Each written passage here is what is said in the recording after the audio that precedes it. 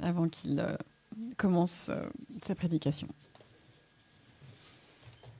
Tu acceptes, il fera revenir.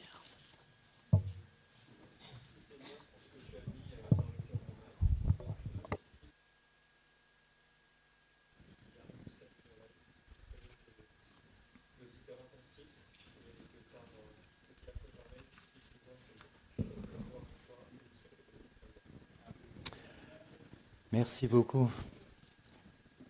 Alors j'espère que c'est un enseignement, mais aussi une exhortation et aussi quelque chose d'utile pour vous. La parole de Dieu que nous avons reçue, que Dieu nous a laissée, est là pour nous enseigner de qui est Dieu et de l'application de ces connaissances de Dieu et notre relation avec lui dans la vie de tous les jours.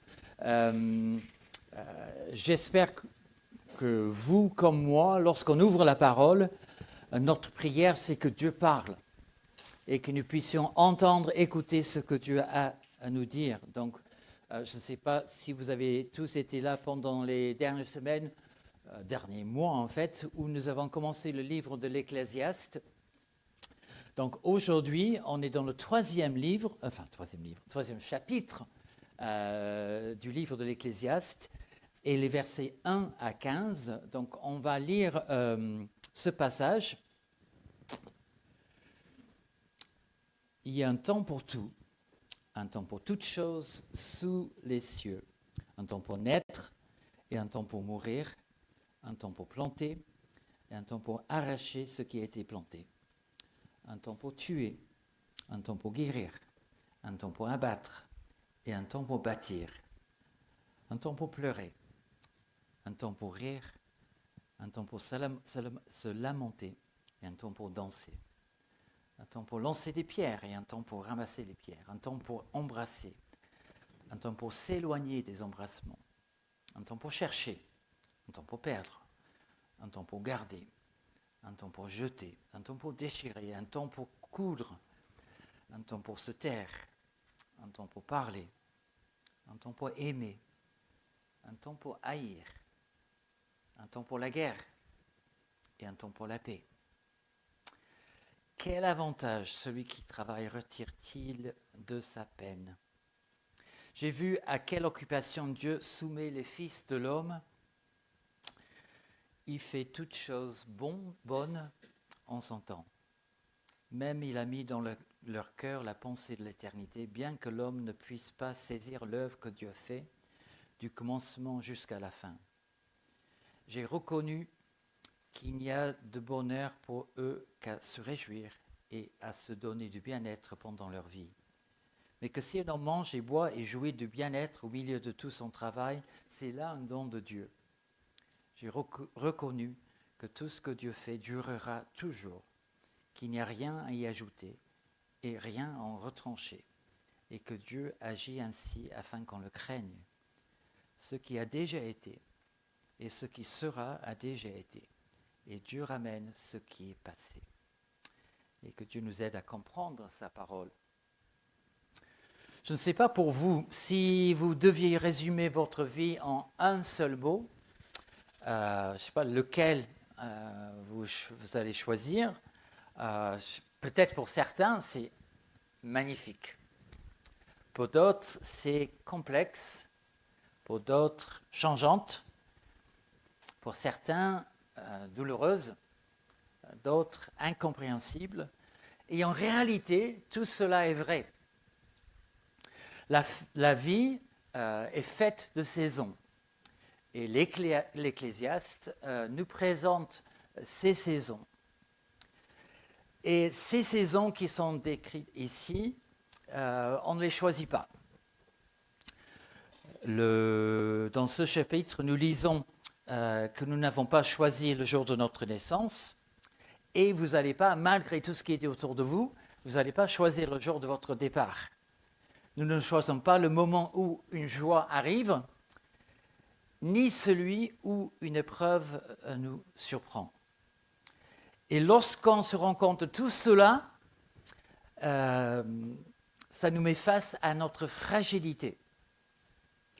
Mais elle nous met aussi face à quelque chose de plus grand. Si ce n'est pas nous qui contrôlons les saisons, alors quelqu'un les contrôle. Et dans ce livre, et particulièrement ici, nous voyons que cette personne, bien sûr, c'est Dieu. Dieu qui est souverain, au-dessus de tout. Dieu qui n'est pas limité par le temps. Le temps a été créé pour nous, mais Dieu est en dehors du temps. Et Salomon, dans ce chapitre, observe, je pense, avec une lucidité assez impressionnante, et aussi avec un réalisme que la vie est faite de contrastes. Il y en a qui aiment la pluie, il y en a qui aiment le soleil. Il y en a qui n'aiment pas beaucoup le soleil, mais ils apprécient quand il fait plus frais. Et d'autres qui n'aiment pas la fraîcheur du tout. Ça gêne. Mais ce que ce chapitre nous montre, surtout, c'est que ces contrastes ne sont pas aléatoires. Et parfois, ça c'est compliqué pour nous à saisir. Ces contrastes ne sont pas aléatoires, ils sont gouvernés par un Dieu souverain. Un Dieu qui règne sur chacune de nos saisons, que nous les comprenions ou non. Et je dis en passant, parfois on chante « Dieu, tu es souverain, Dieu, tu es au-dessus de tout », mais lorsque les choses nous arrivent dans la vie, parfois ces paroles qui sont vraies, authentiques, c'est compliqué, n'est-ce pas, les vivre. Très compliqué. Dieu est souverain sur chacune de nos saisons, que nous les comprenions ou non. Donc ici, l'écrivain commence avec « Il y a un temps pour tout, un temps pour toutes choses sous les cieux ». Une déclaration de foi. Dieu est le Seigneur du temps. Et peut-être notre premier point, c'est Dieu ordonne les saisons de nos vies. Et on va regarder ça dans les versets 1 jusqu'au verset 8. Nous contrôlons, je pense, nos choix. J'ai décidé de m'habiller comme ça ce matin. Que vous aimiez ou pas, c'est comme ça. Voilà. Je choisis peut-être de manger quelque chose ce matin ou pas. Nous contrôlons nos choix. Mais les saisons dans lesquelles ces choix s'inscrivent, ce n'est pas nous qui contrôlons. Et Salomon présente dans ce passage une série de contrastes, une série de 14 contrastes. Et ce n'est pas une poésie naïve sur le cycle de la vie. C'est un portrait, je pense, profond, parfois brutal. Lorsqu'on pense à ce qui est écrit ici, c'est parfois brutal, c'est parfois réconfortant de la condition humaine sous la souveraineté de Dieu. Et ces contrastes couvrent tout ce que l'être humain peut vivre. La naissance, la mort, la joie, la tristesse, la construction, la destruction, le gain, la perte. Rien n'est oublié. Donc on va essayer succinctement ce matin de regarder ces contrastes. Donc le premier, c'est un temps pour naître et un temps pour mourir. Peut-être le premier et le plus radical des contrastes. On arrive dans ce monde, mais un jour on va partir, sauf si le Seigneur revient avant. Personne n'a choisi le jour de sa naissance, et aucun de nous ne choisira le jour de sa mort. Cela nous rappelle que notre existence entière, tout ce que nous vivons, est placé entre les mains de Dieu. Et s'il y a une chose que vous allez saisir ce matin, c'est ça. Tout ce que nous vivons est placé sous la main de Dieu, sous la main souveraine de Dieu, entre les mains de Dieu. Ma vie est entre ses mains. Ta vie, nos vies sont entre ses mains ce matin. Et cela nous protège. Ça nous protège du désespoir. Mais ça nous protège aussi de l'orgueil. Nous ne sommes pas maîtres de notre vie. Dieu nous a donné ce temps sur la terre, nous sommes les intendants. Et ce qui est décrit après, avec les autres contrastes, c'est tout ce qui se passe entre la vie, la naissance et la mort. Il décrit le temps entre la naissance et la mort. Deuxième chose, un temps pour planter et un temps pour arracher. Moi, je suis quelqu'un, j'aime bien organiser les choses. J'aime bien que les choses se passent 1, 2, 3, 4, A jusqu'à Z. Voilà, tout est contrôlé, tout est, voilà, bien ficelé. Nous baptisons, nous proposons, beaucoup de choses. Nous nous investissons. Je me souviens avec mes petits-enfants, et vous avez vécu sans doute ça, lorsqu'on a les boîtes de Lego, et on est là, et ils sont en train de bâtir quelque chose de formidable, je ne sais pas, un château, je sais pas, et c'est magnifique. Et puis vient le temps où il faut ranger. Dans la boîte. Tout ce qu'ils ont construit, l'adulte vient, parfois le grand-père, et il dit « Ah, il faut ranger maintenant. Arthur, Laura, il faut ranger. » Voilà. Tout ce qu'ils ont construit, c'est parti. On passe du temps, n'est-ce pas, à bâtir dans la vie. Tout est question de planter et arracher. Même dans l'agriculture, on va semer, et puis ça va pousser, et puis on arrache. Et on recommence. L'architecture, on va bâtir des beaux bâtiments. Et puis un beau jour, on va dire, c'est plus beau. Démoli. Dieu fait prospérer notre plantation.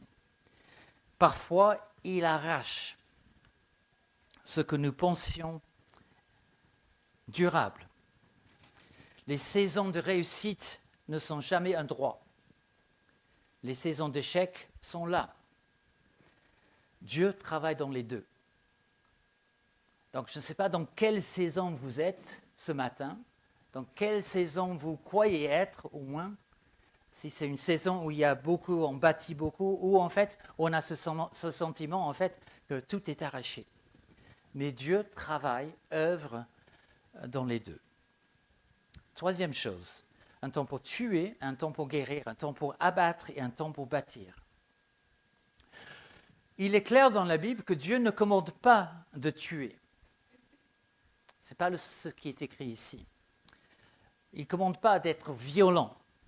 Il montre plutôt que la vie dans un monde déchu, et c'est ce dont on parle ici, ces êtres humains qui se sont éloignés de Dieu, qui ont choisi de vivre selon leur façon, en disant je n'ai pas besoin de Dieu, on est autonome, ce monde déchu, en fait, on a besoin d'être racheté pour revenir à Dieu. C'est ce que nous avons vu ce matin avec la Sainte Seine. Nous avons besoin d'un sauveur, nous avons besoin que Dieu s'occupe de notre problème de péché et qu'on revienne à lui. Ce monde déchu comporte, nous vivons dans un monde déchu qui comporte des circonstances très variées.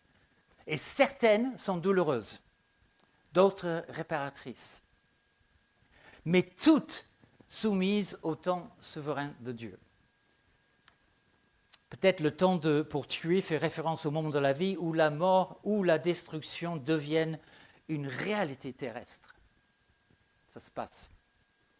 La guerre ou la défense, nous voyons ça dans ce monde, n'est-ce pas?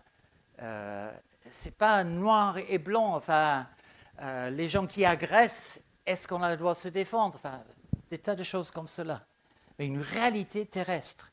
Lorsque le fait de se tuer se produit dans un contexte de conflit national, la justice dans le monde antique, la peine capitale était une réalité légale. La mortalité de la vie, parfois la mort survient tout simplement par maladie, par tragédie ou fin naturelle de la vie. Mais la mort est présente, n'est-ce pas? Donc, ce n'est pas une approbation, mais une constatation. Dans ce monde brisé, la mort fait partie de l'expérience humaine. Et probablement, je le dis avec beaucoup de respect, nous qui sommes dans l'Occident, on a beaucoup plus de mal avec ça que dans d'autres parties du monde où en fait, c'est beaucoup plus une réalité, beaucoup plus souvent avec peut-être moins de moyens. La mort fait partie de l'expérience humaine. Il y a des choses dans nos vies que Dieu doit d'abord briser afin de reconstruire. Peut-être pour vous ce matin, c'est une habitude dont vous n'arrivez pas à vous débarrasser. Une habitude qui est néfaste, une habitude qui n'est pas bonne pour votre vie. Peut-être c'est une idole. Une idole, je ne dis pas que c'est une star à la télé ou je ne sais pas quoi, mais une idole, en fait, qui a pris la place de Dieu. Peut-être ça a besoin d'être brisé. Peut-être c'est une confiance mal placée ce matin, que Dieu doit ôter de votre vie. Parfois, Dieu nous conduit dans un chemin de guérison après un temps de blessure. Parfois, je ne dis pas toujours, mais parfois. Il commence par nous dépouiller. Et ce verset 3, je pense, met en relief la dualité de la vie. Des moments de violence, de rupture, mais aussi des moments de guérison, de restauration. Et Dieu met toujours l'accent sur la reconstruction, qui montre que Dieu ne veut pas simplement détruire, il veut restaurer, il veut rebâtir. Et cela peut être pris comme un symbole, je pense, de la grâce et du salut. Mais une réalité de la vie, il y a des choses difficiles, il y a la mort, mais aussi ce temps de bâtir. Quatrièmement, un temps pour pleurer, un temps pour rire, un temps pour se lamenter et un temps pour danser. Je n'ai pas à vous danser ce matin. J'ai vu ici des choses danser, et moi j'étais à la guitare comme ça, très stoïque, voilà. Mais bon, un temps pour tout. Il y a des moments solennels, n'est-ce pas? Il y a des moments beaucoup plus légers, et heureusement que la vie est faite ainsi. Nous n'avons pas à choisir entre foi et émotion. La Bible nous dit qu'il existe des temps où les larmes sont non seulement légitimes, mais nécessaires. Vous vous souvenez, je pense, il y a je ne sais pas combien de temps, on a parlé des psaumes et de lamentation. Et en fait, où le peuple présente l'angoisse, la situation douloureuse à Dieu et crie à Dieu avec ces mots si forts et exprime sa douleur. Et les larmes coulent. Et il n'y a pas de honte à pleurer quand une situation est pénible, douloureuse, difficile, lorsque la souffrance est là, lorsque la maladie physique est présente, lorsque je ne sais pas quoi. Dieu veut nous entendre et nous demande de présenter ça devant lui. Il y a un temps pour ça. Il y a un temps pour ça. Il y a aussi un temps où on est dans la joie. Et la joie doit être pleinement accueillie. Moi, je viens d'un milieu, je pense que lorsque je me suis converti, où en fait c'était très solennel. Le culte était très solennel. Je ne dis pas qu'il n'y avait pas la joie, mais ce n'était pas exprimé. On va dire ça. C'était contenu il y avait une attitude, on va dire cela. Je ne critique pas, c'était leur façon de faire, mais je pense que la Bible nous présente que la joie de connaître le Seigneur, la joie d'être reconnaissant, comme nous avons dit ce matin, ça crée une émotion forte en nous. Et lorsqu'on voit les frères et sœurs qui expriment leur joie, on ne devrait pas être contre. On ne devrait pas être contre. Un temps pour les larmes, un temps pour le rire, un temps pour danser, un temps pour se lamenter. Cinquièmement, un temps pour jeter des pierres et un temps pour ramasser, un temps pour embrasser, un temps pour s'éloigner des embrassements. Je pense qu'il y a un sens, parce que lorsqu'on regarde les contextes, ça nous donne le sens de ces contrastes. Et il me semble ici, et selon la tradition juive aussi, que c'est ici nous avons un sens relationnel, le sens relationnel. Jeter des pierres pour les Juifs signifiait s'éloigner, rompre, mettre de la distance entre personnes. Ramasser les pierres, c'était de se rapprocher, rétablir une relation, travailler à l'unité. Et dans la vie, il y a des moments où il faut prendre du recul avec certaines personnes, dans certaines relations. D'autres où il faut se rapprocher. Peut-être que ça demande aussi une réconciliation, je ne sais pas. Nos relations, elles aussi, suivent des saisons. Il y a des temps de rapprochement, des temps où la sagesse nous conduit peut-être à établir une distance. Nous vivons dans un monde où, en fait, tout le monde n'est pas chrétien. Je pense qu'on se rend compte de cela. Il peut y avoir des relations, parfois, en dehors de l'Église. Le Seigneur nous a passés dans ce monde comme sel et lumière. Donc, ça veut dire qu'il faut un contact avec les gens. Mais il faut faire attention aussi, de ne pas être, et je dis avec beaucoup de respect, c'est être vu sur, je ne sais pas où là, mais être contaminé par une attitude, par une mentalité qui n'est pas selon la Bible. L'eau qui rentre dans le bateau. Et il faut faire très attention, qu'on soit plus jeune, pas jeune, il faut faire très attention. Et je pense qu'il est sage de regarder nos relations et voir si c'est bénéfique pour ma relation avec le Seigneur. En tout, que ce soit à la fac, que ce soit au travail, je ne dis pas qu'on peut arrêter l'université ou arrêter le travail, mais juste être prudent dans nos relations. Lorsqu'on fréquente les gens qui sont toujours en train de critiquer, par exemple, qui n'arrêtent pas de parler de l'autre, et que ce soit ici ou en dehors, moi je dis, parfois il faut prendre recul. Lorsque les gens boivent beaucoup, lorsqu'en fait on est tenté de faire pareil, lorsqu'il y a des substances illicites qui circulent, ça existe malheureusement. Je ne dis pas ne faut pas vivre dans le monde, mais faire attention. Dans nos relations, est-ce que la relation est bénéfique pour ma relation avec le Seigneur ou est-ce que ça va nuire à ce que je vis avec le Seigneur? Il faut apprendre à aimer, à pardonner, à laisser aller, parfois même à tourner une page dans les relations. Sixièmement, un temps pour chercher, un temps pour perdre, un temps pour garder et un temps pour jeter. Nous passons nos vies, n'est-ce pas, à chercher, à trouver, à garder. Moi, je n'ai pas de problème à jeter. Moi, je suis quelqu'un, ça m'est égal. Mais certaines pertes sont douloureuses, n'est-ce pas? Et d'autres sont libératrices. Et parfois, Dieu nous arrache ce que nous refusons de lâcher pour nous donner mieux après. Ça, c'est une leçon que j'ai dû apprendre. Je tiens tellement à certaines choses et puis Dieu l'enlève. Et on se dit, je ne veux pas que tu l'enlèves, Seigneur. Mais il l'enlève pour donner peut-être quelque chose de mieux ou pour développer notre relation avec lui. Un temps pour déchirer, un temps pour coudre, un temps pour se taire et un temps pour parler.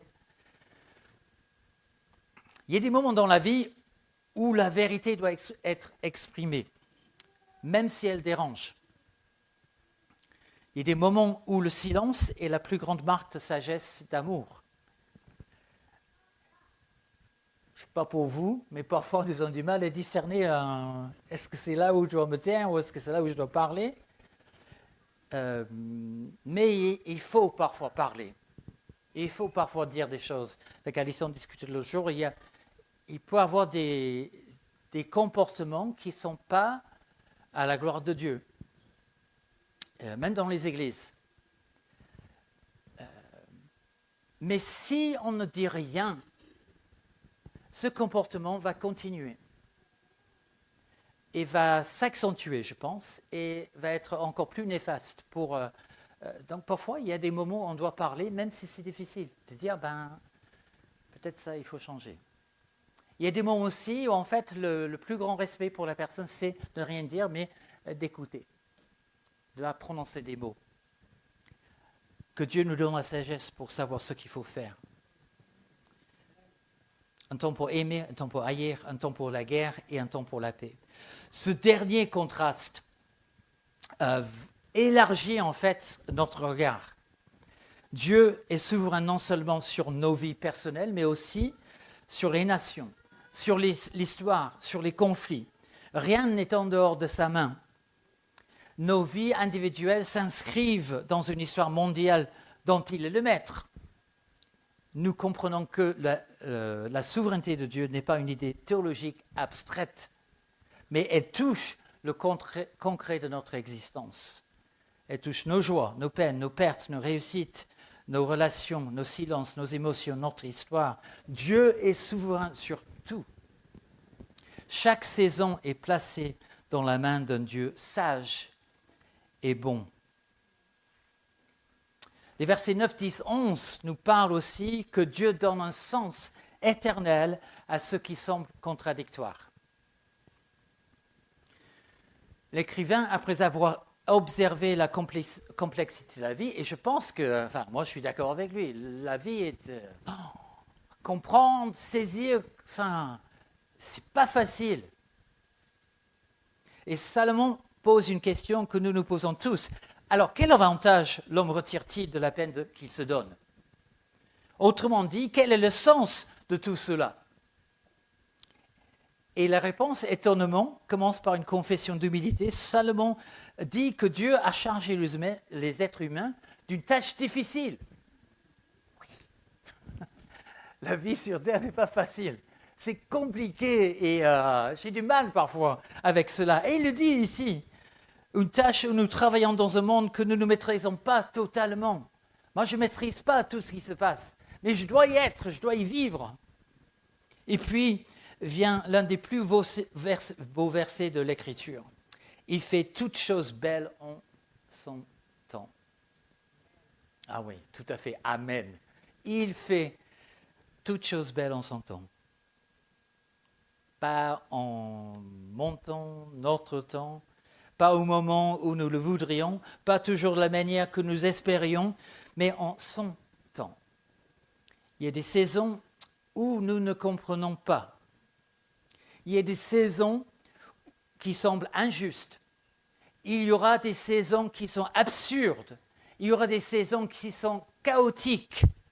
Et pourtant, Salomon affirme que Dieu construit une œuvre si vaste, si profonde, si complète, qu'elle ne peut pas être comprise dans les limites de notre regard temporel.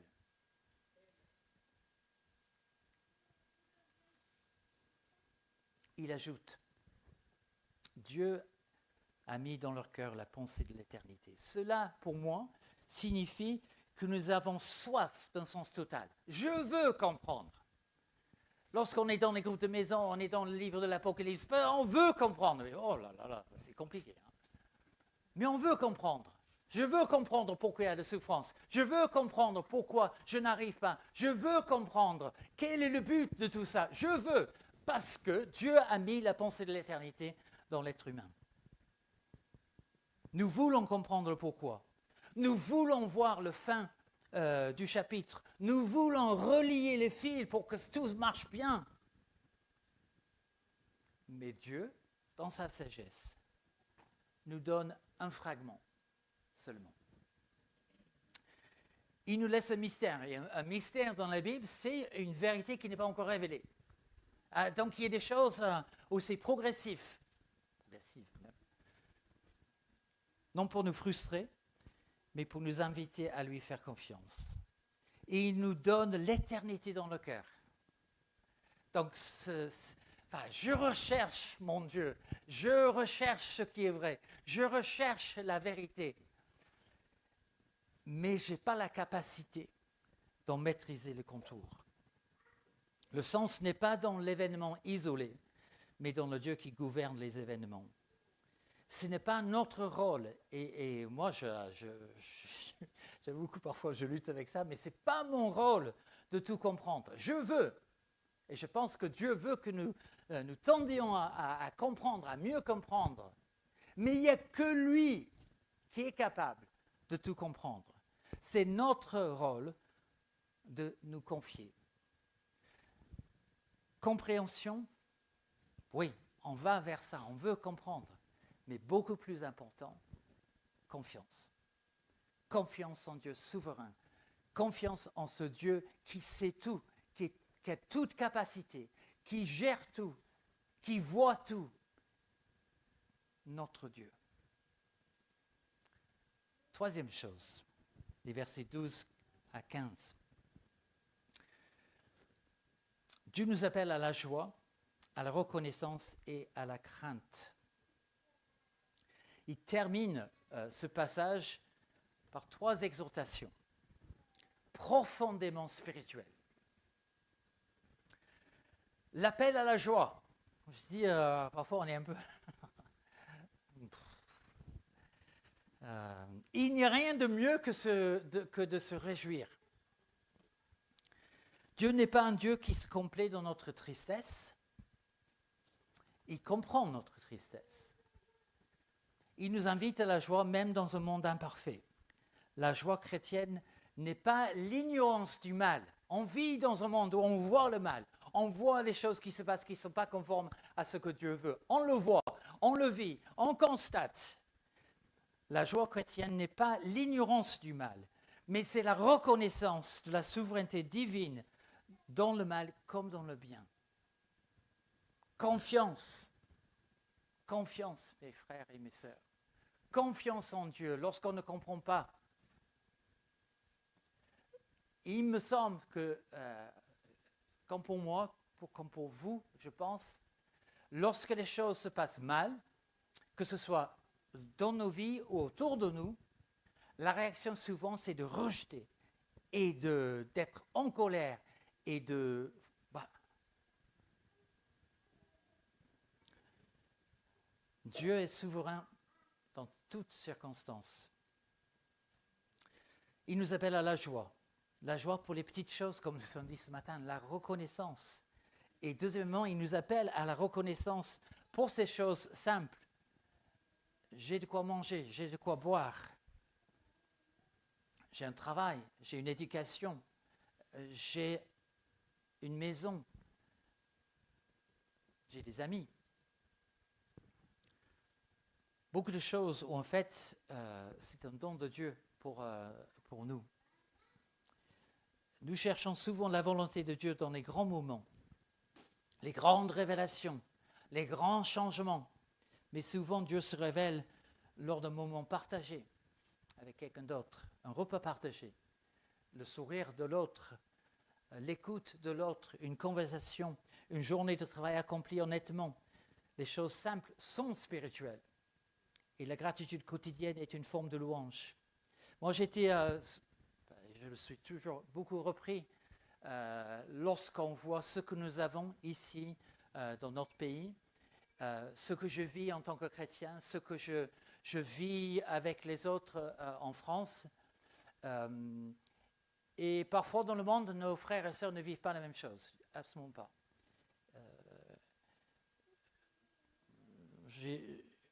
Lorsque je vois le massacre des chrétiens au Nigeria, c'est difficile, n'est-ce pas, à voir.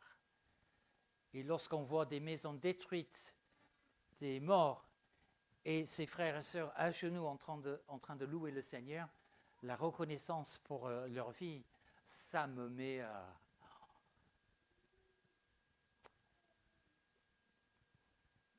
Je ne juge pas, mais il me semble que parfois, lorsque nous avons beaucoup, on a beaucoup, et la reconnaissance diminue. Et lorsqu'on a peu, peut-être, je ne dis pas toujours parce que c'est une globalité, hein, mais peut-être on est plus dans cette attitude de reconnaissance. Une chose simple à faire, comme nous avons fait ce matin, c'est dire, où est-ce que je peux dire à Dieu, je suis reconnaissant. Moi, je suis reconnaissant pour ces frères et sœurs au Nigeria qui continuent à faire confiance à Dieu. Vraiment. Qui ont perdu des êtres chers, qui ont vu des massacres.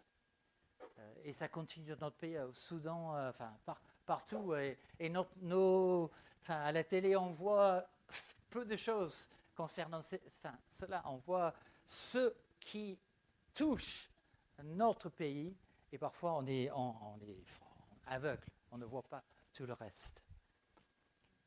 Dieu nous appelle à la reconnaissance dans les choses simples. Troisièmement, il nous appelle à la crainte de Dieu. Il dit tout ce que Dieu fait subsiste éternellement. Les plans de Dieu ne sont jamais contrariés. Aucun homme ne peut ajouter ni retirer quoi que ce soit à ce que Dieu a décidé. Et c'est pourquoi Salomon conclut, Dieu agit afin que les hommes le craignent. La crainte de Dieu. La crainte de Dieu. Ce n'est pas la peur. La crainte de Dieu dans la Bible n'est pas la peur de Dieu. C'est la reconnaissance de sa grandeur. C'est une révérence qui stabilise le cœur, qui me donne une assise. C'est une confiance profonde qui nous permet de traverser les saisons sans perdre pied. La crainte de Dieu. Et si vous voulez traverser les saisons, parfois des saisons qui sont compliquées, parfois difficiles, d'autres qui sont superbes et joyeuses, il faut avoir la crainte de Dieu. Il faut cultiver votre relation avec le Seigneur. Il faut comprendre qui est ce Dieu souverain. Il faut être attaché à cette relation avec ce Dieu qui est vivant, qui est là, qui nous voit, qui nous comprend, qui voit chaque circonstance, chaque heure, chaque minute, chaque seconde. Dieu est là et comprend ce que tu traverses. Fais-lui confiance, faites-lui confiance. Une confiance profonde qui nous permet de traverser les saisons sans perdre pied. La tentation, et je pense que ça vient de notre ennemi, c'est notre nature pécheresse aussi, mais je pense qu'il y a quelque chose qui nous pousse aussi à, lorsque c'est difficile, on s'éloigne. Et en fait, c'est le contraire qu'il faut faire chaque fois. Lorsque c'est compliqué ma vie, lorsque je n'arrive pas à comprendre, lorsque je lutte, qu'on s'approche davantage de Dieu, qu'on s'approche davantage des frères et sœurs, qu'on ne néglige pas la relation avec l'Église locale, qu'on soit là, présent, parce qu'on est soutenu, aidé. Le Dieu des saisons est aussi le Dieu de rédemption. Et je pense que lorsqu'on regarde ces saisons dans la vie de Jésus, ça nous montre des leçons de confiance. Lorsqu'on pense à la vie de Jésus, le Dieu qui dirige les saisons de la création, le Dieu qui dirige les saisons de l'histoire, le Dieu qui dirige les saisons de nos vies personnelles, est le même Dieu qui a dirigé la saison de la croix. Ce que nous avons pensé, à quoi nous avons pensé ce matin. La croix elle-même est la plus grande des saisons. Qu'est-ce qui s'est passé à la croix? Quelle saison? Un temps de mort est devenu un temps de vie. Un temps de jugement est devenu un temps de grâce. Un temps de silence est devenu un temps de parole divine. Un temps d'obscurité est devenu l'aube du salut. Dieu dirige parfaitement les saisons. Et lorsqu'on voit la vie de Jésus, on comprend que Dieu a dirigé chaque saison de la vie de Jésus. Qui aurait cru au résultat de cette vie de Jésus? Où il est né, où il a vécu, ce qu'il a subi, la condamnation qu'il a reçue, la mort qu'il a subie. Humainement parlant, tout est perdu. Mais non, Dieu a dirigé chaque saison. Et le résultat, c'est que toi et moi, nous avons cette relation vivante avec Dieu aujourd'hui. Dieu dirige parfaitement les saisons. Il nous invite à entrer dans la saison de la confiance. Donc, 4 choses pour terminer. Reconnaissons la saison dans laquelle nous sommes. C'est différent pour chacun. Peut-être une saison de joie, peut-être une saison d'attente, peut-être une saison de combat, peut-être une saison de guérison. Mais peut-être la prière que nous pouvons adresser à Dieu, c'est « Seigneur, qu'est-ce que tu veux faire en moi pendant cette saison, dans cette saison ?» Deuxièmement, arrêtons d'essayer de tout contrôler. Le contrôle n'apporte jamais la paix. La confiance apporte la paix. Troisièmement, recevons la vie quotidienne comme un cadeau de Dieu. Un repas, une conversation, un lever du soleil, un sourire, la pluie, ce sont des trésors que Dieu place sur notre chemin et on peut en être reconnaissant. Oh, peut-être 5 choses. Quatrième, approuvons à faire confiance dans l'incompréhension. Il y a des choses dans ma vie que je ne comprends absolument pas. Je n'ai jamais compris et je ne comprendrai jamais, je pense. Et qui touchent ma vie même à 65 ans, des choses du passé. Et c'est hyper compliqué, n'est-ce pas, de vivre de telles choses. Mais je sais en qui j'ai cru. Je sais qui est mon Dieu. Je sais comment il est. Et oui, je ne comprends pas. Mais je sais en qui j'ai cru et je peux avoir confiance dans cette personne. Apprenons à faire confiance dans l'incompréhension. Cinquième, et je termine. Fixons nos yeux sur l'éternité. Parce que nos saisons passent. Mais Dieu ne passe jamais. Amen.